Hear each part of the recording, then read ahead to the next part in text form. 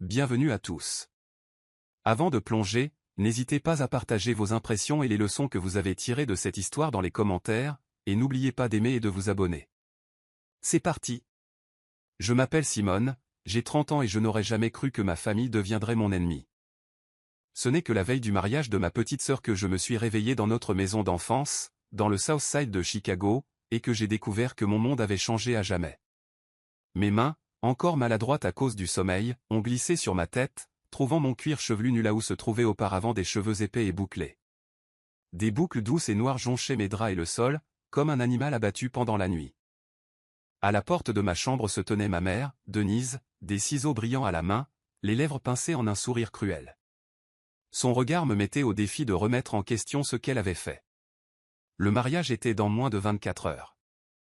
Ma propre mère m'avait dépouillé de la seule chose dont j'étais toujours fier, mes cheveux. Ce n'était pas un hasard. Ce n'était pas une farce. C'était la guerre. Avant de m'emballer, permettez-moi de revenir en arrière, car rien dans notre famille n'était aussi parfait que le bungalow en briques et le jardin le laissait penser. Mon père, Harold, dirigeait son propre cabinet d'expertise comptable. Ma mère avait une agence d'événements. Ma sœur cadette, Imani, était toujours celle que ma mère appelait le bébé brillant. Elle était ambitieuse, organisée, une excellente élève avec une rangée de médailles et de trophées sur le manteau de la cheminée. J'étais la plus belle, la plus éblouissante, comme aimait à le dire ma tante Bev lors des barbecues familiaux.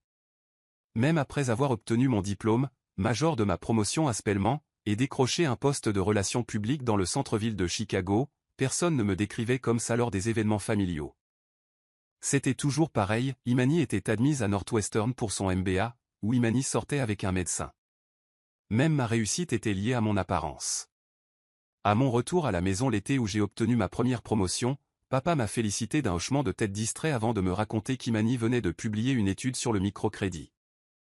Ta sœur, elle change le monde, disait-il, non sans gentillesse, mais avec une fierté qu'il ne m'avait jamais vraiment témoignée. À l'époque, je faisais semblant de ne pas en être affecté, mais on ne peut pas avaler ses victoires longtemps avant qu'elles ne prennent le goût de la défaite.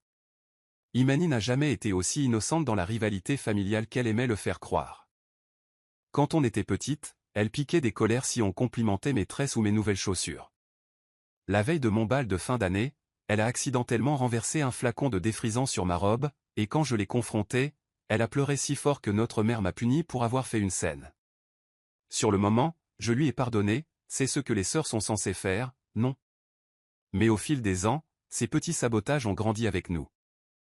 Alors que j'avais mon propre appartement et ma première voiture, une Mazda blanche que j'avais payée moi-même, Imani a levé les yeux au ciel et a dit à ses parents, « Simone est toujours en train de frimer. » Si je parlais du travail sur Instagram, elle commentait, « Encore un selfie, ma sœur ?»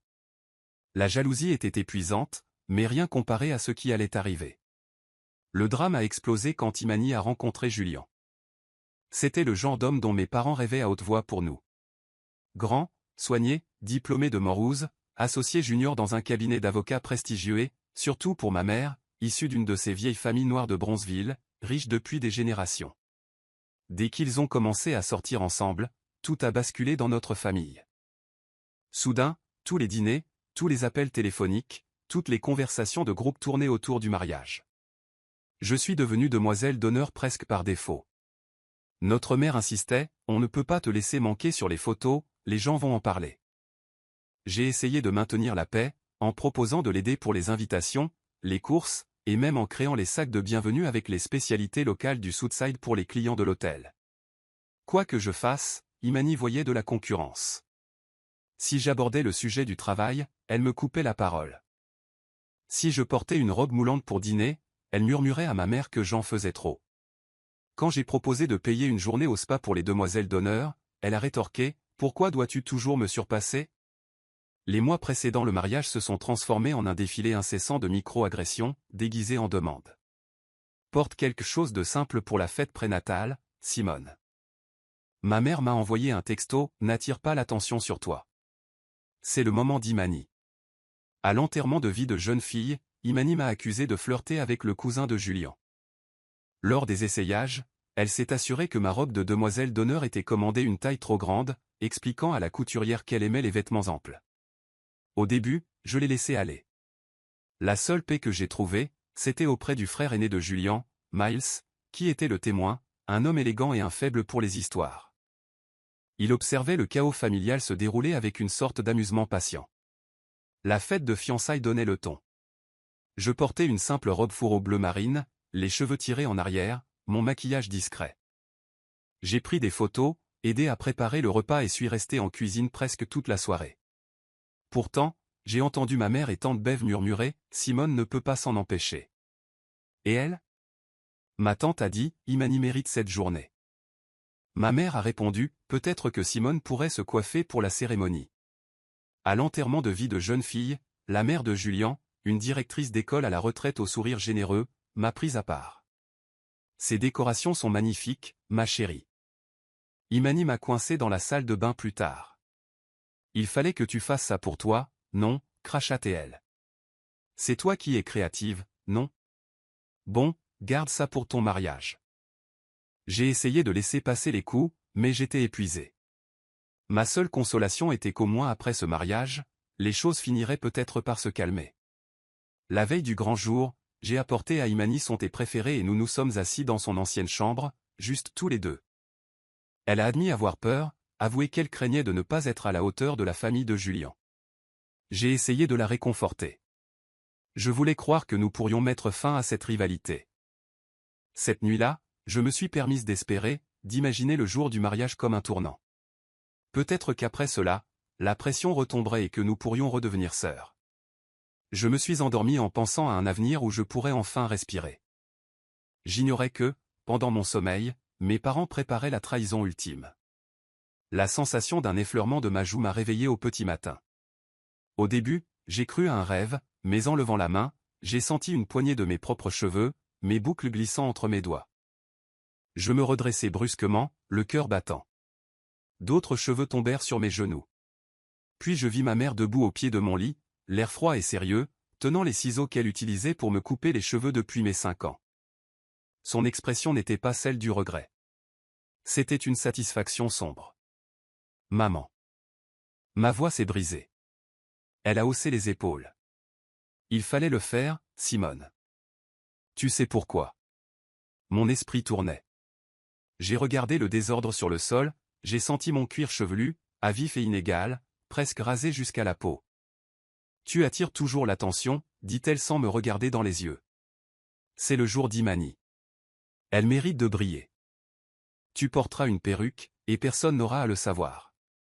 Mon père apparut à la porte, les bras croisés. Il ne dit pas un mot, se contentant d'acquiescer en signe d'approbation silencieuse. J'arrivais à peine à parler. Pourquoi me fais-tu ça, murmurai-je. Tu comprendras un jour, répondit ma mère, comme si elle m'avait rendu service. J'ai couru à la salle de bain, j'ai verrouillé la porte et je me suis regardé dans le miroir. Ma tête était massacrée, certaines sections étaient presque chauves, d'autres inégales, il ne restait plus rien de la beauté que j'avais tant aimée dans mes cheveux. J'ai essayé d'appeler ma meilleure amie Keisha, mais mon téléphone avait disparu. J'ai frappé à la porte et la voix de ma mère est arrivée, calme et répétée. On a mis ton téléphone en sécurité. Pas d'appel avant le mariage. Tu ne vas pas gâcher ça pour Imani. Le reste de la journée s'est écoulé dans un brouillard d'humiliation et de choc. Je suis resté dans la salle de bain pendant des heures, ignorant les coups. Finalement, Imani elle-même essaya d'ouvrir la porte. Simone, ouvre.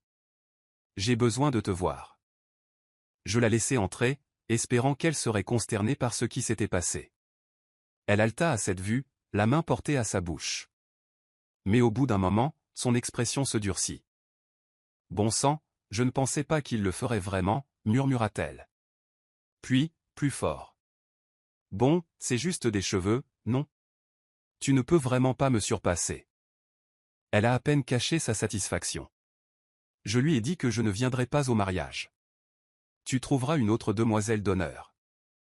Oh, tu arrives, dit-elle d'une voix monocorde et dure. Si tu ne viens pas, papa et maman te couperont la route. Tu seras seul. Tu penses que ton patron te gardera si mon parrain cesse de t'appeler? La menace était claire. Le bail de mon appartement était cosigné par mes parents, et le réseau dont je dépendais depuis des années allait disparaître du jour au lendemain. Pour la première fois de ma vie, j'ai compris à quel point je leur devais peu de loyauté. J'ai essayé de me coiffer, cherchant désespérément un peu de dignité. Un chapeau, une écharpe, n'importe quoi. Mais en allant chercher ma valise, j'ai constaté que tous mes foulards, chapeaux et même ma trousse de maquillage avaient disparu. Ma mère avait tout prévu. Elle avait pris rendez-vous en urgence avec la styliste de mariage, qui est arrivée le lendemain matin et a été stupéfaite par ma tête. « Que s'est-il passé, ma puce ?» demanda-t-elle, la voix horrifiée. « Urgence familiale », répondit ma mère avant que je puisse parler. Simone a eu un petit accident. Elle a essayé de couper un œil elle-même. Impulsivité adolescente, vous savez? Fais ce que tu peux. La styliste travaillait en silence, les mains douces, le regard triste. Elle a réussi à tailler cette mèche en une coupe courte et irrégulière qui laissait mon cuir chevelu à découvert par endroits. « Je suis vraiment désolée », a-t-elle murmuré tandis que ma mère partait voir Imani. « Tu ne t'es pas fait ça toi-même, si ? » « Non », ai-je dit en ravalant mes larmes. « Si quelqu'un me pose la question, je dirai la vérité », promit-elle doucement. Le temps d'enfiler la robe de demoiselle d'honneur, une taille trop grande, choisie par Imani, elle me pendait comme une punition. Les autres demoiselles d'honneur me regardaient fixement en me voyant. Leur regard m'a tout dit. Imani, resplendissante dans sa robe sirène perlée, est arrivée avec une fausse inquiétude. Simone a subi beaucoup de stress. S'il te plaît, n'en parle pas. Elle a eu un petit pépin hier soir, elle s'est coupé les cheveux, on essaie tous de la soutenir. Je l'ai regardée, mes parents aussi, et j'ai réalisé qu'ils avaient répété l'histoire ensemble. Le jour du mariage lui-même fut un véritable défilé d'humiliation. Le photographe me déplaçait sans cesse au fond de chaque cliché. Ma mère murmura, prenons en quelques instants Simone, histoire d'avoir le choix. Je restais à l'écart, ignoré, ma présence diminuant encore à chaque cliché. À la réception, j'étais assis à une table loin du cortège nuptial. Miles m'a trouvé, son visage bienveillant. « Tu ne t'es pas fait ça toi-même, si ?» demanda-t-il doucement. « Non. » Il hocha la tête, la compréhension dans le regard. « Tu es toujours belle. Ne les laisse pas te faire oublier. » Sa gentillesse était presque plus dure à supporter que sa cruauté. La campagne de ma famille contre moi ne s'est pas arrêtée. J'ai entendu mon père dire à un oncle que certains enfants feraient n'importe quoi pour attirer l'attention. Emma, pardon, Imani, c'est une vraie. Que de substance. Simone voulait toujours être regardée. Même pendant que le DJ jouait, que les gens dansaient et faisaient la fête, je me sentais plus invisible que jamais. Je me suis excusé, luttant contre les larmes. Dans les toilettes de l'église, je fixais mon reflet. Mes yeux étaient gonflés, mes lèvres tremblaient, mais derrière la douleur, une résolution nouvelle et froide commençait à émerger. Ce soir-là, j'ai élaboré un plan. Pendant des années, je m'étais laissé minimiser. J'avais pardonné, rationalisé et tendu l'autre joue, persuadé qu'en travaillant plus dur, il finirait par me reconnaître. C'en était fini. J'en avais assez d'être le bouc émissaire. Pendant que la fête battait son plein, j'attendais le moment idéal. Miles, sentant quelque chose dans ma posture, se pencha. « De quoi as-tu besoin, Simone ? » ?»« Mon téléphone. »« Et un taxi. » Il m'a glissé ses clés sans poser de questions. Je suis parti discrètement pendant le bal père-fille, le cœur battant. Je suis allé dans un CVS ouvert 24h24 et j'ai pris ce dont j'avais besoin. Du poil à gratter, un petit nécessaire à couture, des produits de toilette de voyage et quelques autres indispensables. Je suis ensuite retourné à la réception et j'ai rendu les clés de Miles avec un merci qu'il n'a pas remis en question. En me glissant dans la suite nuptiale, j'ai trouvé les vêtements et la lingerie de lune de miel d'Imani, soigneusement disposés. J'ai traité certains objets avec du poil à gratter, surtout les objets blancs ou en dentelle. J'ai troqué son mascara waterproof contre un mascara de pharmacie bon marché qui tiendrait dans l'humidité de Miami. Ensuite, j'ai trouvé une enveloppe contenant leurs billets d'avion pour Aruba. J'ai pris des photos des originaux, puis je les ai soigneusement échangés contre des contrefaçons identiques, l'heure de vol étant décalée de 5 heures par rapport au vrai. Leurs bagages, chargés par le groom, arriveraient à Aruba avant eux. J'ai pris soin de laisser tout le reste intact. Chaque geste était précis et méthodique. En partant, j'ai senti un calme glacial m'envahir. De retour à ma chambre d'hôtel, j'ai finalisé la partie numérique de mon plan. Avec un téléphone emprunté à une autre demoiselle d'honneur, je me suis connecté à l'Instagram d'Imani, en utilisant son mot de passe habituel, son année de diplôme et le nom de son animal de compagnie d'enfance. J'ai programmé une série de photos peu flatteuses du dîner de répétition, tout avec des légendes qui la faisaient paraître égocentrique ou mesquine, alors qu'on sait qu'on est le personnage principal de chaque événement. J'ai également envoyé un courriel anonyme à son responsable de l'association où elle travaillait, faisant allusion à des incohérences dans son CV, et j'ai joint un vieux relevé de notes de ses années de licence. Pendant tout ce temps, mes mains tremblaient à peine. Pour la première fois de ma vie, je me suis sentie puissante. À 3 heures du matin, une alerte est arrivée sur ma boîte mail jetable. Une caméra cachée de nounou que j'avais laissée allumée dans la suite s'était déclenchée. Sur mon ordinateur portable, j'ai regardé Imani et Julien tituber, se gratter la peau, se reprochant les draps, le linge, l'un l'autre. L'inconfort, la confusion, le chaos, tout était justifié. Le lendemain matin, Imani envoya un message frénétique à son groupe de discussion. Quelque chose clochait. Notre vol n'est qu'à 17 heures. Pourquoi la compagnie aérienne a-t-elle changé nos billets? En plus, toute ma lingerie et mes maillots de bain me donnent des boutons, et quelqu'un poste des trucs bizarres sur mon compte Instagram. Si c'est une blague, ce n'est pas drôle. J'ai assisté à tout cela depuis la sécurité de mon hôtel, invisible et introuvable. Les conséquences se sont rapidement fait sentir. Quand j'ai enfin rallumé mon vrai téléphone, j'ai trouvé des dizaines de messages de cousins, d'amis, et même de l'ancien associé de ma mère. C'est vrai ce qu'ils ont fait à tes cheveux? Tu vas bien?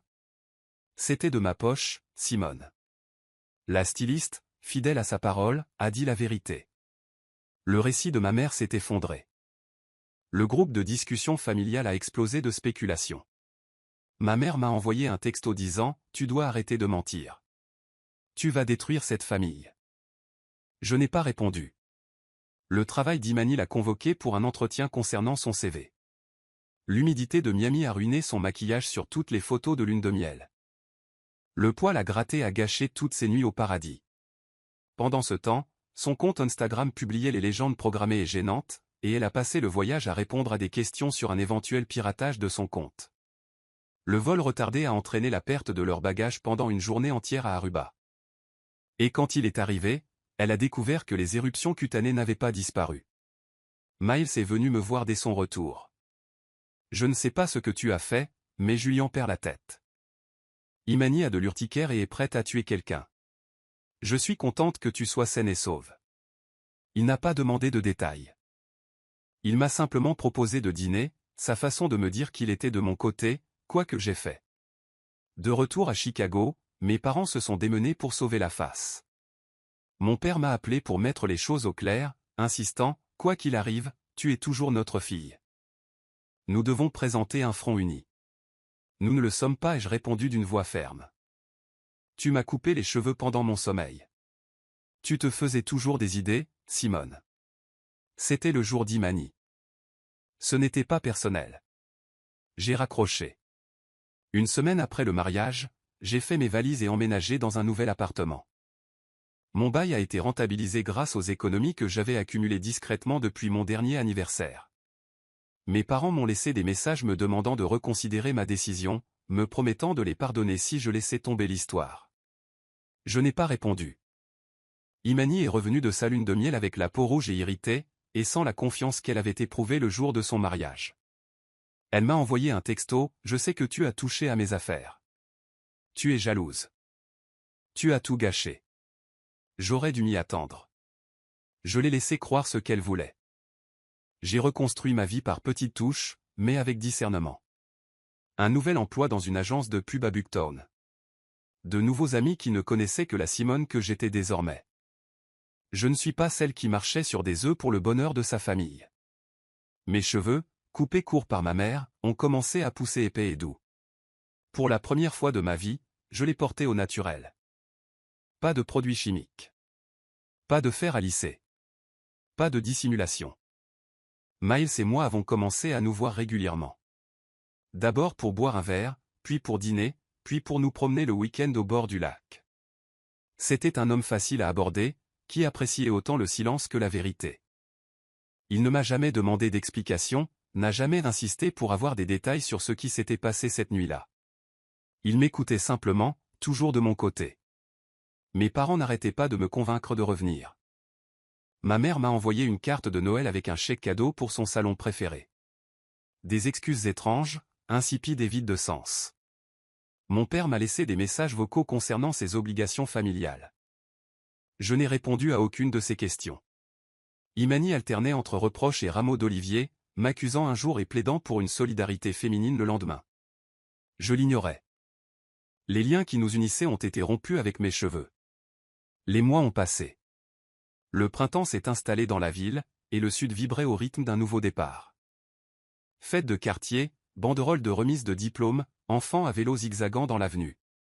Pour la première fois depuis des années, je n'appréhendais plus l'approche des fêtes de famille. Le brunch de Pâques était arrivé et reparti.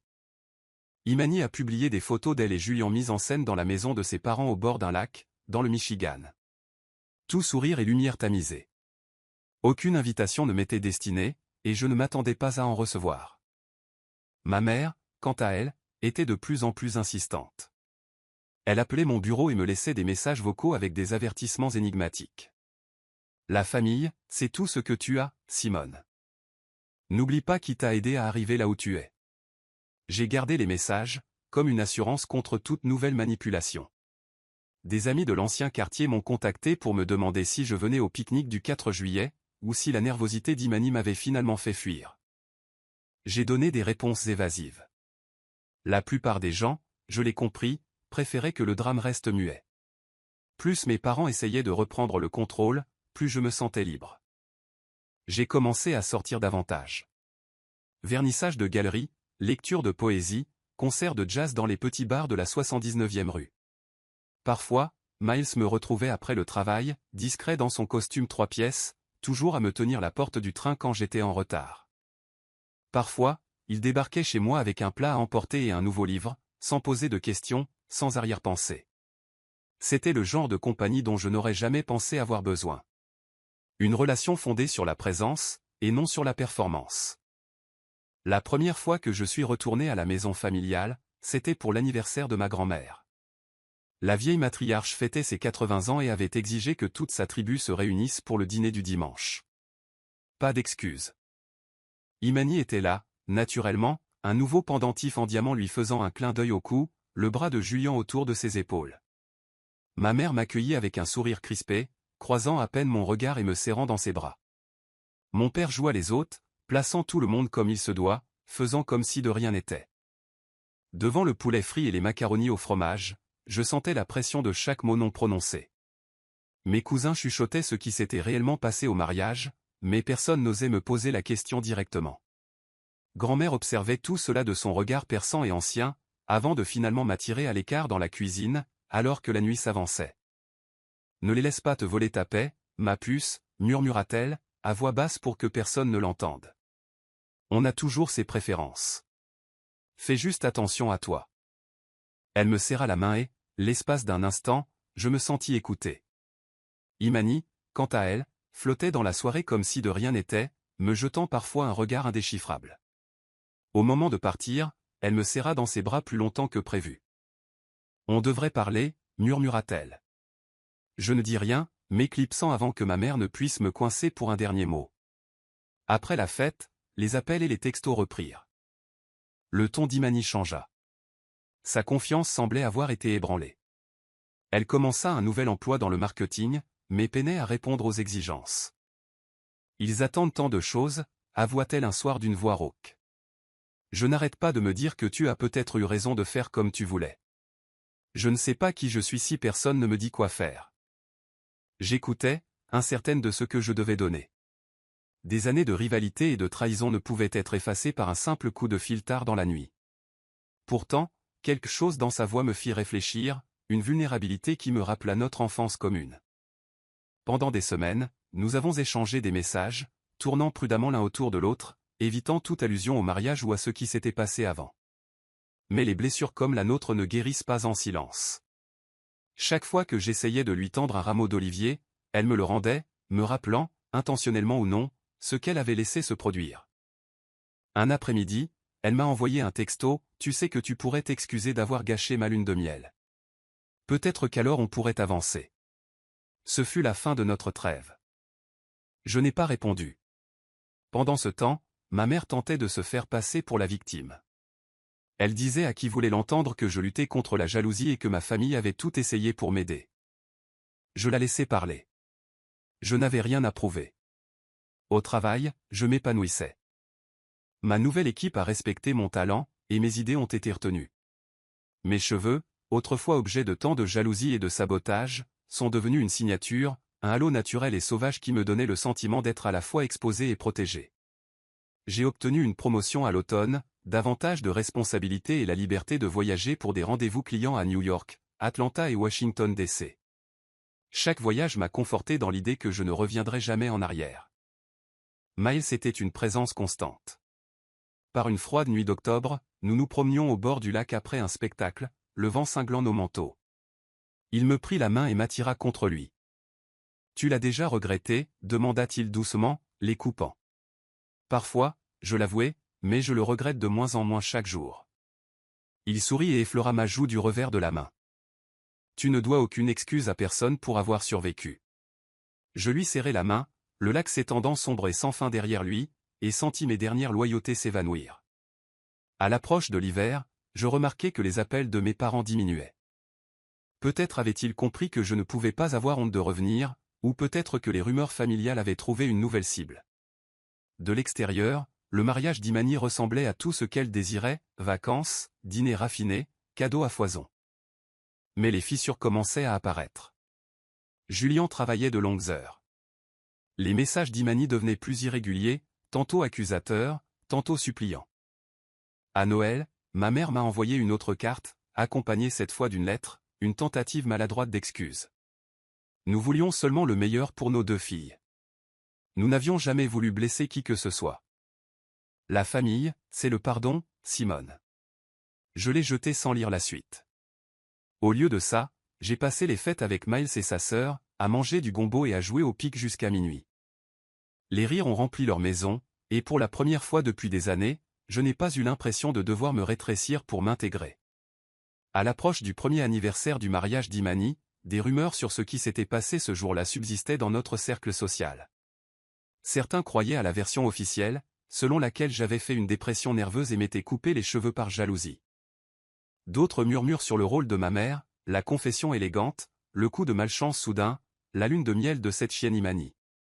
Imani elle-même est restée silencieuse sur le sujet.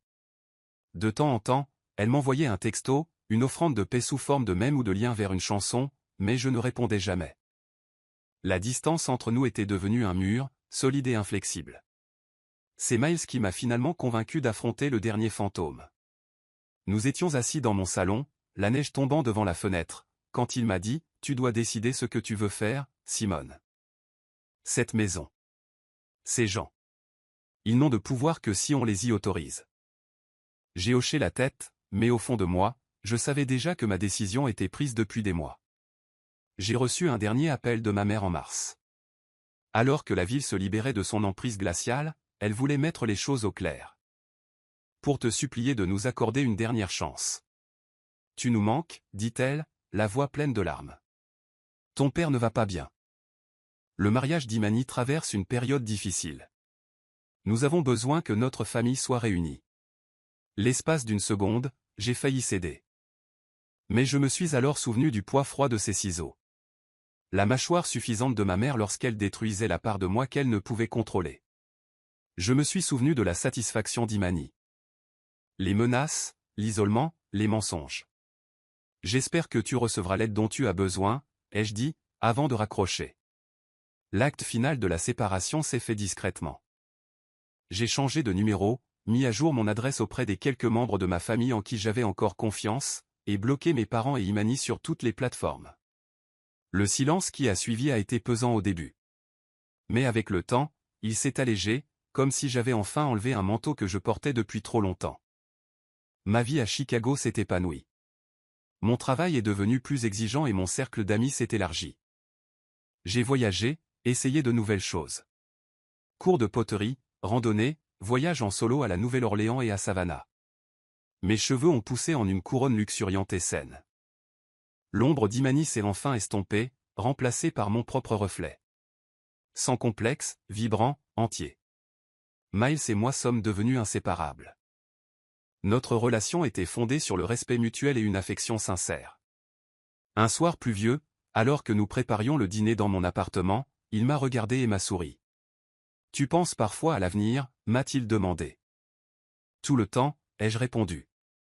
Il m'a pris la main et m'a attiré contre lui. « Quoi qu'il arrive, tu n'as pas à l'affronter seul. » Pour la première fois, je l'ai cru. Le jour de l'anniversaire de mariage d'Imani, j'ai reçu un dernier message. Une photo d'elle et Julian, tout habillés, le sourire figé et le regard fatigué.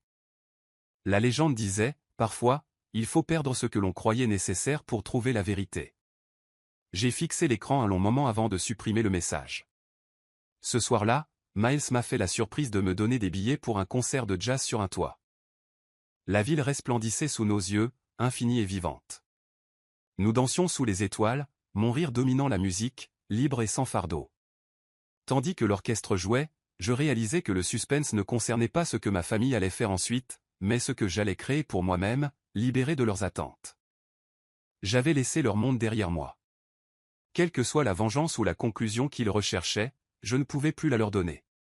J'ai affronté l'avenir, prêt à affronter la suite.